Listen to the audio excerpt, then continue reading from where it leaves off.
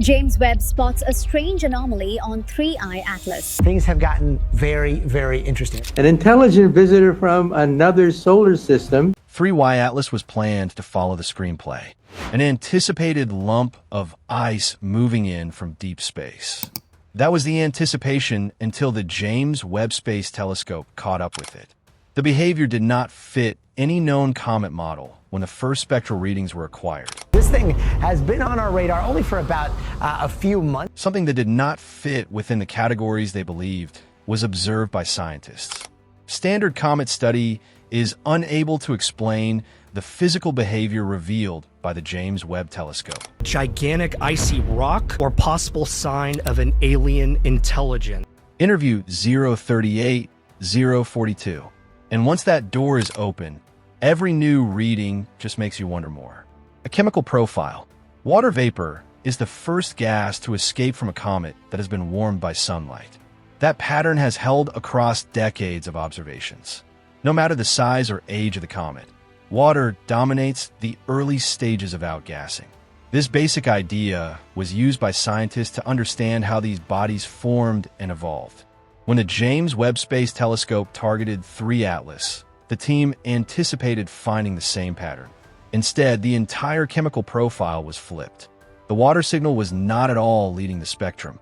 Carbon dioxide has the strongest peaks, and the ratio of carbon dioxide to water was greater than any figure ever observed in comet measurements.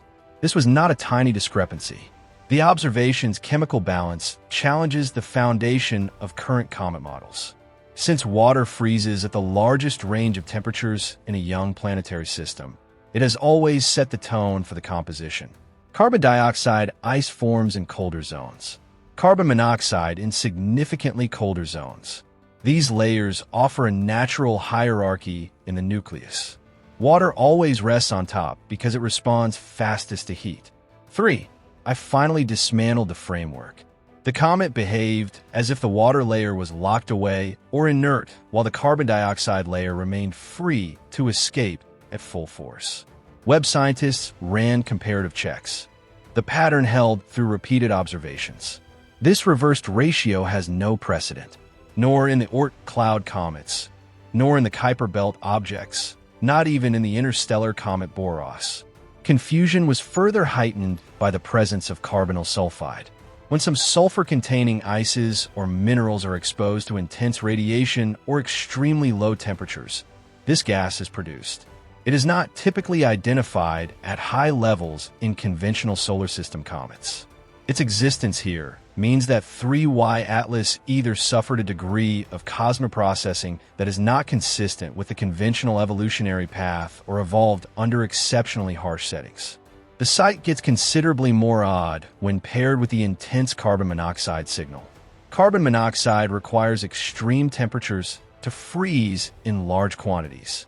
That means the nucleus of 3IATLAS carries the chemical fingerprint of temperatures substantially below what most comet formation regions face. Spectral lines are objective indicators. They notify scientists exactly which compounds are present and in what amounts. Nothing in the public data implies a mistake. Nothing suggests contamination. The signature is real. The issue is that no known comet class is comparable to this. Comets from the Oort cloud are water-rich. Comets from the Kuiper belt are also water-rich, but exhibit slightly different organics. Even the interstellar comet Boros, which came from a different solar system, showed the water-dominated structure. That family does not comprise 3IATLAS. With a molecular structure that defies the anticipated hierarchy, it stands outside of it. According to established models, this is the first thing that shouldn't exist. A comet formed with this amount of carbon dioxide, and this small amount of available water challenges our understanding of how ice forms in temperate zones. If the outgassing is not caused by water, there must be a substantial change in the inner structure. Scientists have proposed a few explanations, but each one is speculative and incomplete. The 3IATLAS, which was created far outside of its parent system's main ice line, is one choice. In that region, carbon dioxide can freeze out in massive quantities, but water responds differently due to the colder environment. This idea matches some of the data but does not explain the muffled water signal. When sunlight hits the nucleus, some of the water should still rise to the surface, even if there's a lot of it. Another explanation is that during the comet's journey across interstellar space, radiation severely damaged its outer layers. High-energy particles can break down water ice and leave behind more stable molecules like carbon dioxide. If a thick radiation crust is generated, it can cover the deeper water layer until a greater blast of heat bursts through. Although it does not quite match the strength of the carbon dioxide spike, this could account for the early findings. The amount of carbon dioxide discovered by Webb was significantly more than what would generally be seen from surface processing alone. A third proposal is structural. Heat may be unevenly trapped in the nucleus due to sealed chambers or fractured layers. The carbon dioxide layer escapes through pockets or vents while the water layer remains cold and inactive if heat cannot penetrate the deeper ice. This would need an internal form that is not present in any known comet. As of right now, this cannot be confirmed. Instead of being a statement, it is still a possibility. The essential thing to remember is that no case completely fits the ratios. Because of the chemistry, scientists are obliged to reinterpret what makes an interstellar comet. It doesn't look like an enlarged Boros. It does not resemble a distant cousin of our own comets. It is seated in such a device. Carbon dioxide trapped in higher cavities could escape fast while water imprisoned farther inside remains frozen. This could account for the unusual layering look. Again, however, the bulk of comets that have been detected do not often have this morphology. The problem is that these two ideas only partially fit each other. A thin crust cannot account for the extent of the thermal imbalance. Additionally, the Webb's observation of the gas escape pattern speaks to something more ordered than accidental voids. If the data in the 3ES own corner of the chart do not overlap with any existing group, the object's chemical makeup defies all current paradigms. It is not simply unusual. It defies the criteria used to identify ice entities across the solar system. Not a single anomalous molecule was found by Webb. It discovered a whole pattern that shouldn't exist in a natural comet based on current understanding. And this is merely the starting point, because the chemistry is not the only element of the three maps that defies expectations. The unexplained thermal behavior. The chemical profile was just the start. Webb's heat data suggested something more fundamental. Atlas was outgassing intensely at distances where the physics don't work. Let's start with the basics. When a comet approaches the sun, it heats up. The heat from the sun strikes the surface, heats the outer layers, and begins to trigger a process called sublimation. Here, ice avoids the liquid stage and converts straight into gas. That gas forms the bright coma and tail we witness from Earth. The further a comet is from the sun, the less this process should occur. It's fundamental thermodynamics. However, James Webb's infrared sensors detected something in the case of 3IATLAS that completely disrupted that pattern. At a distance where solar heating should have been too weak to commence robust sublimation, the object was already emitting intense streams of carbon dioxide gas. The near-infrared brightening was faster than expected. In addition, the carbon dioxide signature was increasing while the water signal was strangely quiet. This was not a gradual accumulation of heat. It appeared more like someone had flipped a trigger switch. This is more than just a theoretical problem. Carbon dioxide ice is known to sublimate at certain temperatures. Moreover, it was not anticipated that the temperature at which the Webb detected the strongest carbon dioxide signals would be high enough to produce that. Today, scientists call that a thermal mismatch. The surface is acting heated, but the deeper layers, especially the water-rich parts, stay cold. The concept that solar heat should flow inside and ignite the inner ice layers in a predictable order is contradicted by this. We predict that water ice will begin to emit gas when a natural comet reaches a specific solar distance. Here, that did not occur. Instead, Webb demonstrated the carbon dioxide acting early while the water remained far behind. This goes beyond gas ratios. No longer. It concerns the movement of heat, or, in this instance, its failure, inside the nucleus. One working hypothesis is that the 3IATLAS's nucleus has an insulating shell, a layer of porous, radiation-treated material that prevents heat from penetrating the water below. This idea is not wholly original. Some older comets are considered to form insulating crusts after several encounters near the Sun. However, 3IATLAS is not an old, recycled solar system. It is a one-time visitor from interstellar space, and its outer shell would have evolved in conditions vastly removed from the ones we constantly observe. Another explanation being challenged is structural. The comet's interior may be fractured or uneven in ways that isolate deeper areas and force heat toward the surface.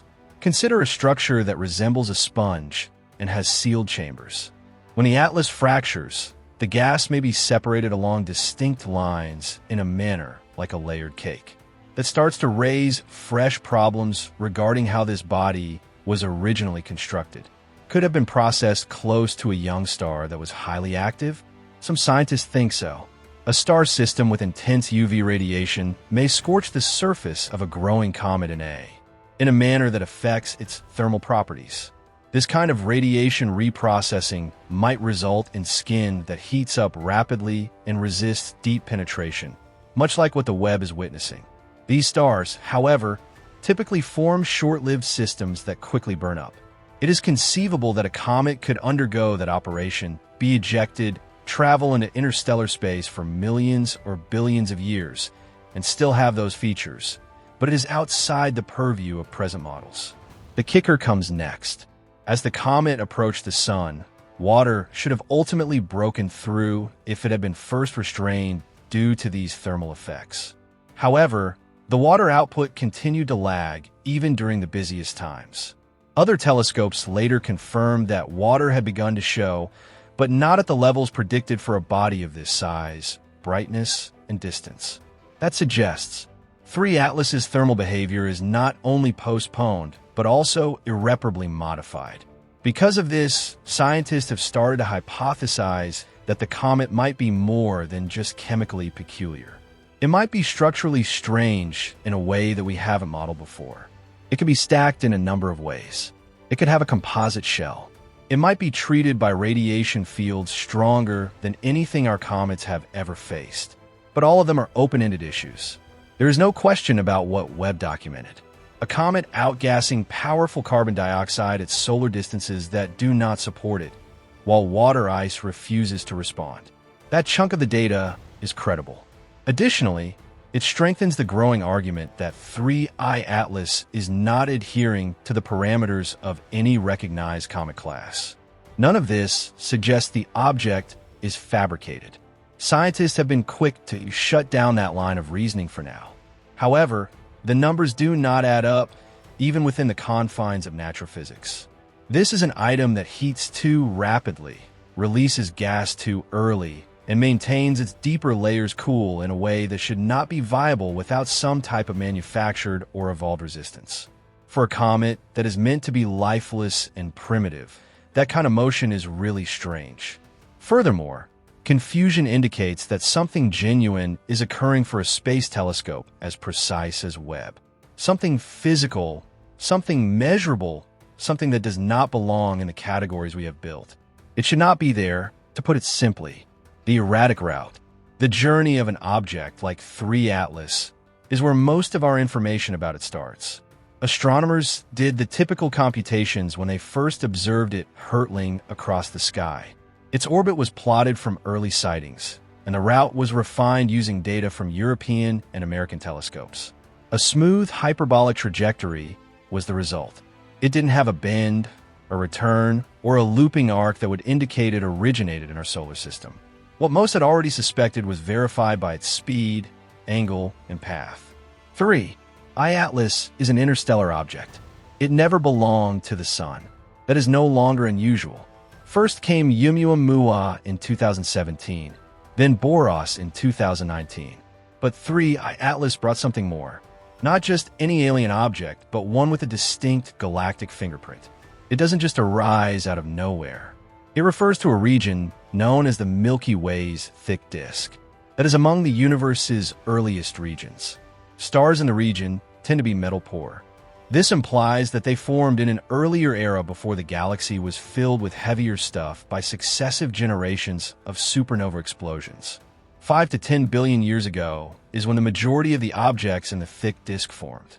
This suggests that the substance that makes up 3IATLAS might be older than the Sun, the Earth, and every planet in our solar system. That age is not guesswork. It is derived from orbital mechanics and star motion models. The direction and speed of 3IATLAS places it into the slow-moving, high-inclination group of thick disk objects. It was probably formed, blasted out by a gravitational rupture in a completely different system, and has been drifting between stars ever since. However, here is when the inconsistencies start. An object from the thick disk should carry the chemical properties of its origin. Metal pore systems do not produce high quantities of heavy elements. The star formation cycles and cataclysmic events that enrich younger systems like our own are absent from them. Therefore, when James Webb analyzed the gases flowing from 3IATLAS, astronomers expected a signal dominated by basic ices, water, carbon dioxide, carbon monoxide, and probably some light hydrocarbons. Rather, Webb's spectroscopic investigation indicated chemical fingerprints that were at odds with the thick disk's metal pore surroundings.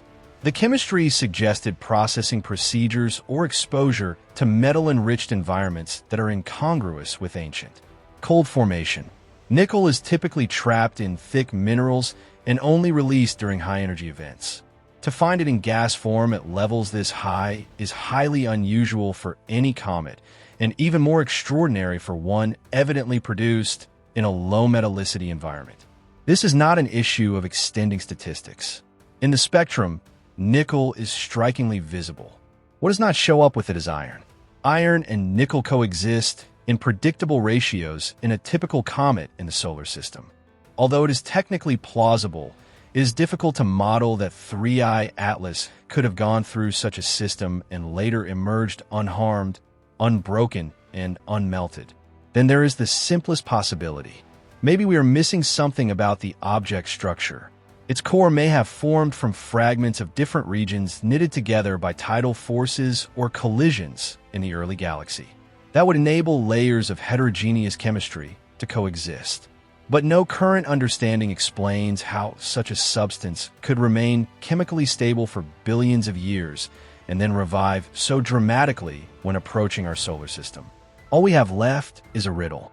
The age of the path does not match the age suggested by the gas emissions. The mineral content is not consistent with the formation region. The orbit indicates it comes from a calm, early phase of the galaxy. The chemistry suggests it sprang from chaos. This is not an abstract issue. It is anticipated that comets will have their birth fingerprints. We can determine their origin from their orbits. We can learn how they formed from their chemistry. When those two aspects don't match, we lose trust in the framework. Furthermore, the existence of one paradox, such as the 3IATLAS, opens the door to others that we might have mislabeled. To date, no single explanation has been able to explain every piece of data.